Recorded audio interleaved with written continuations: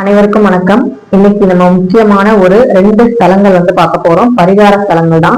நவகிரக கோயில்ல புத பகவானுடைய ஸ்தலமும் கேதுவோடைய ஸ்தலமும் பார்க்க போறோம்.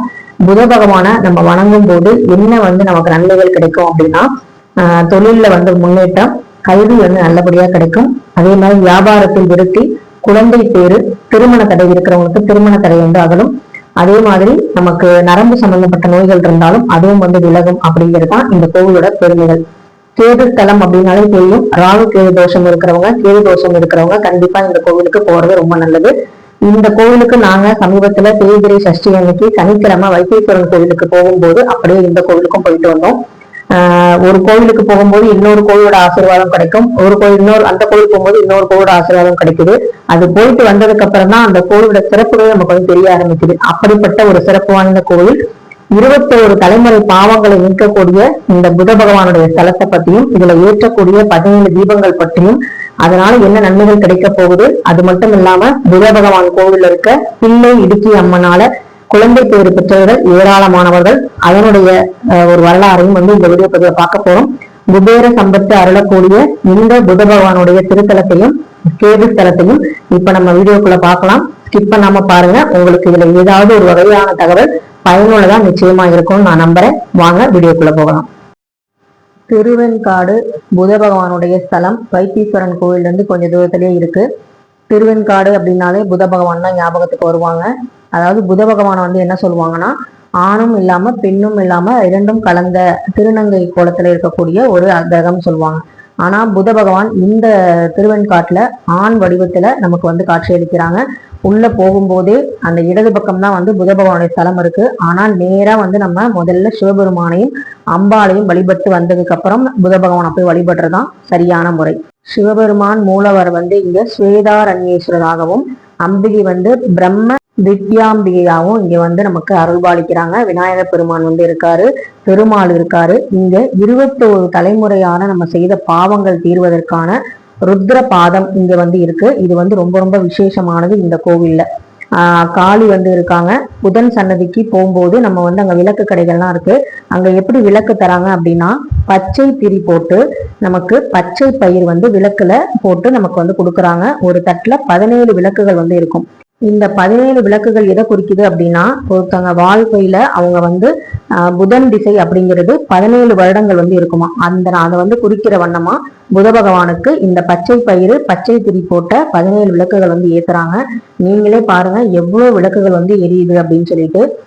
நம்ம எப்பயோ ஒரு தடவை போறோம் அப்படின்னா நம்ம கரெக்டா அந்த விஷயத்த பண்ணும்போது ரொம்ப சந்தோஷமா இருக்கும். வெற்றிலை தீபம் ஏற்றலாமா, பூசணி தீபம் போடலாமா அப்படின்னு நம்ம கேட்கிறோம் இல்லையா. இது பழமையான பாரம்பரியமான கோவில். இங்க கோவிலே பாத்தீங்கன்னா பச்சை திரி போட்டு நமக்கு பச்சை பயிரில விளக்கு கொடுக்குறாங்க.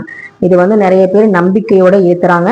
புதன் தோஷம் இருக்கிறவங்க, இல்ல புதன் திசை நடக்கிறவங்க, வியாபாரத்துல விருத்தி ஆகணும், குழந்தை பேர் வேணும், நல்லபடியா திருமணம் நடக்கணும் அப்படின்னு நினைக்கிற எல்லாருமே இந்த புத பகவானுக்கு இந்த 17 விளக்குகள் பச்சை பயிறு பச்சை தீரி போட்ட இந்த விளக்குகளை ஏற்றுவதன் மூலமா நிறைய நல்ல மாற்றங்கள் நடக்கும் அப்படின்னு சொல்லப்படுது. இங்க தீர்த்த குளம் இருக்கு. அங்க நீராடி விட்டு நம்ம அந்த பரிகாரத்தை செய்யும் பொழுது நமக்கு குழந்தை பேரு கிடைக்கும். இங்க குழந்தை வரம் கொடுக்கக்கூடியவங்க யாரு அப்படின்னா, பிள்ளை இடுக்கி அம்மன் சொல்லக்கூடிய அம்பாள் இருக்காங்க. இந்த அம்பாள் தன்னுடைய மடியில, அதாவது இடுப்புல ஒரு பிள்ளைய வச்சிருப்பாங்க. அது யாருன்னு கேட்டீங்கன்னா திருஞான சம்பந்தர். திருஞான சம்பந்தர் இந்த திருவெண்காட்டுக்கு வரும்போது எல்லாமே சிவலிங்கமா தெரிஞ்சுதான். அதனால எங்க நம்ம நடந்து போறது, சிவலிங்கத்து மேல கால் வைக்கிற மாதிரி வருதுன்னு சொல்லிட்டு நடக்க முடியாம தவிச்ச போது அம்பாலே இந்த பிள்ளை இடுக்கி அம்மனா தன்னுடைய குழந்தையா நினைச்சு திருஞான சம்பந்தரை இடுப்புல தூக்கி வச்சு அவங்கள ஊருக்குள்ளா கொண்டுட்டு போனாங்க அப்படின்னு சொல்லப்படுது. எவ்வளவு ஒரு கருணை உள்ளம் கொண்ட கருணையான ஸ்தலம் பாருங்க. இந்த ருத்ர பாதத்தை நம்ம தரிசிக்கும் போது 21 தலைமுறைகள், அதாவது காசியில நம்ம விஷ்ணு பாதத்தை தரிசிச்சா 7 தலைமுறை பாவங்கள் தான் தீருமா. ஆனா அதை விட 3 மடங்கு இந்த ருத்ர பாதத்தை நம்ம தரிசிக்கும் போது நமக்கு 21 தலைமுறைகள் செஞ்ச பாவங்கள் நீங்கும் அப்படின்னு சொல்லப்படுது. அது மட்டும் இல்லாம இங்க அகோரமூர்த்தி அப்படின்னு சொல்லக்கூடிய சிவனுடைய 64 மூர்த்திகள்ல இவர் ஒரு அம்சமா கருதப்படுறாரு. இந்த அகோரமூர்த்தி நம்ம வழிபாடு செய்யும் போது நமக்கு பில்லி சூன்யம் ஏவல் ஏதாவது இருக்கு அப்படின்னா கண்டிப்பா அது நிவர்த்தி ஆகும்னு சொல்லப்படுது. அதோட மட்டும் இல்லாம இந்த புத பகவான் கோவில்ல யாகம் வளர்த்து நம்ம ஹோமம் வளர்த்து நம்ம பூஜை பண்ணோம் அப்படின்னா நம்மளுடைய எல்லா கஷ்டங்களும் தீரும் அப்படின்னு நம்பப்படுது. உங்களுக்கு இந்த கோவிலுக்கு நீங்க போயிருக்கீங்க அப்படின்னா கண்டிப்பா வந்து கமெண்ட்ல வந்து சொல்லுங்க. இந்த கோவிலை பத்தின சிறப்புகள் இன்னும் என்ன தெரியுமோ அதையும் சொல்லுங்க. இவங்கதான் வந்து பிள்ளை இடுக்கி அம்மன். குழந்தைய வந்து அப்படியே அழகா வந்து இடுப்புல வந்து வச்சிருந்தாங்க. பார்க்கவே கண்கொள்ளா காட்சியா இருந்தது. இவங்களுக்கு 9 தீபம் வந்து ஏற்றி நம்ம வந்து வழிபாடு செய்யணும். ருத்ரபாதம் வந்து யாரெல்லாம் பார்த்திருக்கீங்க அப்படின்னு சொல்லுங்க.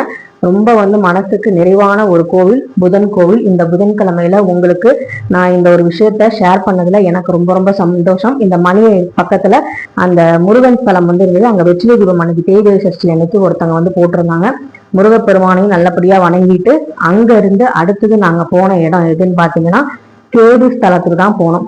கீழப்பெருவெள்ளம் அப்படிங்கிற இடத்துல கேது ஸ்தலம் கொஞ்சம் குறிப்பிட்ட தூரத்துலதான் இருக்கு. இதுதான் வந்து அந்த ருத்ரபாதம். நல்லா சேவிச்சுக்கோங்க. நம்முடைய பாவங்கள்லாம் நீங்கி நம்ம நலமுடனும் வளமுடனும் வாழணும் அப்படின்னு சொல்லிட்டு எல்லாம் நல்ல சிவபெருமான நம்ம வந்து வேண்டிக்கலாம். புத பகவானுடைய ஆசையோட நமக்கு எல்லாமே நல்லபடியா நடக்கும் அப்படிங்கிறதுல எந்த சந்தேகமும் இல்லை. கண்டிப்பா நீங்க ஒரு தடவை இந்த கோவில்களுக்கெல்லாம் போங்க. நிறைய நல்ல மாற்றங்கள் நடக்கும். விராலிமலைக்கு போனோம், வைத்தீஸ்வரனை காமிச்சாரு. வைத்தீஸ்வரன்கிட்ட போனோம், திருவெண்காடு புத பகவானை காமிச்சாரு. இந்த அகோரமூர்த்தியும் தரிசிச்சோம். ரொம்ப கண்கொள்ளா காட்சியா இருந்தது. ரொம்ப சந்தோஷமாவும் இருந்தது. மனசுக்கு ஒரு தைரியமும் தன்னம்பிக்கையும் மன தெளிவும் வந்து ஏற்பட்டுச்சு. எல்லாமே நன்மைக்கு அப்படின்னு அடுத்தடுத்து நம்ம வந்து வாழ்க்கையில நம்ம நிறைய விஷயங்கள் பண்ணணும் அப்படிங்கிறதான் நான் சொல்ல வர்றது. அடுத்து கேது ஸ்தலம் வந்தாச்சு. நான் சொன்ன மாதிரி கேதுனால தோஷம் இருக்கவங்க, ரொம்ப வந்து கல்யாணம் வந்து ஆகாம அதனால கஷ்டப்படுறவங்க இந்த கேது ஸ்தலத்துக்கு வந்து நல்லபடியா விளக்கு போடுங்க. இங்க வந்து பாத்தீங்கன்னா அகல் விளக்கு கோவிலே வந்து கொடுக்குறாங்க, அங்க விற்கிறாங்க. அங்க வந்து நமக்கு கொள்ளுல வந்து அதாவது கேதுக்குரிய அந்த கொள்ளு பயிரை வந்து இந்த அகல் விளக்குல போட்டுதான் வந்து தீபம் ஏற்க சொல்றாங்க. ரொம்ப வந்து நம்ம எல்லாத்துக்கும் வந்து கேள்வி கேட்போம் இல்லையா? ஆனா வந்து பாத்தீங்கன்னா அங்க கோவில்ல அவங்களே வந்து இந்த மாதிரி செஞ்சு நல்லது நடக்கும் பண்ணுங்கன்னு சொல்றாங்க. ஸோ அதனால எனக்கு வந்து ஒரு விளக்கு ஏற்றுறதுனால நமக்கு ஒன்றும் பெருசா வந்து நமக்கு அது ஏமாற்றமா இல்லை ஏமாத்துறவாங்களான்னு எனக்கு யோசிக்க தோணல. இந்த ஒரு தீபத்தை ஏத்துறோம் நமக்கு நல்லது நடக்குங்கிற நம்பிக்கையோட தான் ஏத்தினேன். அந்த அரச மரத்தடி கீழே இருக்க நாகருக்கு அவ்வளோ மாங்கல்ய கயிறு கட்டினாங்க. பெரியவங்க நிறைய பேர் கட்டினாங்க, வயசு பிள்ளைகள் கட்டினாங்க.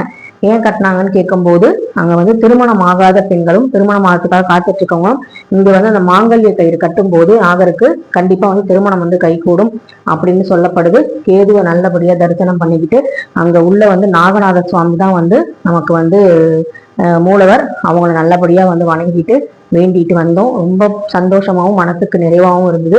அதே மாதிரி இந்த அரச மரத்தடியில நிறைய பேர் தொட்டில் கட்டியிருந்தாங்க. குழந்தை வரம் வேண்டவங்க, திருமணம் ஆகும்னு நினைக்கிறவங்க எல்லாருக்குமே அந்த புத பகவான் ஆசையோடையும் அந்த கேது பகவான் ஆசையோடையும் அந்த சிவபெருமானோட அருளோடையும் நல்லபடியா எல்லாமே நடக்கும்னு சொல்லி வேண்டிக்கிறேன். இந்த கோவிலுக்கு நீங்க யாரெல்லாம் போயிருக்கீங்க அப்படின்னு மறக்காம கமெண்ட்ல வந்து சொல்லுங்க. வைத்தீஸ்வரன் கோயிலுக்கு போனதுக்கு அப்புறம் திரும்ப இன்னொரு முறை அங்க பார்க்காத கோயிலெல்லாம் பார்க்கணும்னு தோணுது. உங்களுக்கும் இது பிடிச்சிருந்துச்சு அப்படின்னா கண்டிப்பா வந்து லைக் பண்ணுங்க, ஷேர் பண்ணுங்க, மறக்காம சப்ஸ்கிரைப் பண்ணுங்க. உங்க வேல்யூபிளான கமெண்ட்டை சொல்லுங்க. இந்த கோவிலை பத்தி மேலும் தகவல் தெரிஞ்சா கண்டிப்பா கமெண்ட்ல சொல்லுங்க. தெரியாதவங்க தெரிஞ்சுக்குவாங்க. நன்றி, வணக்கம்.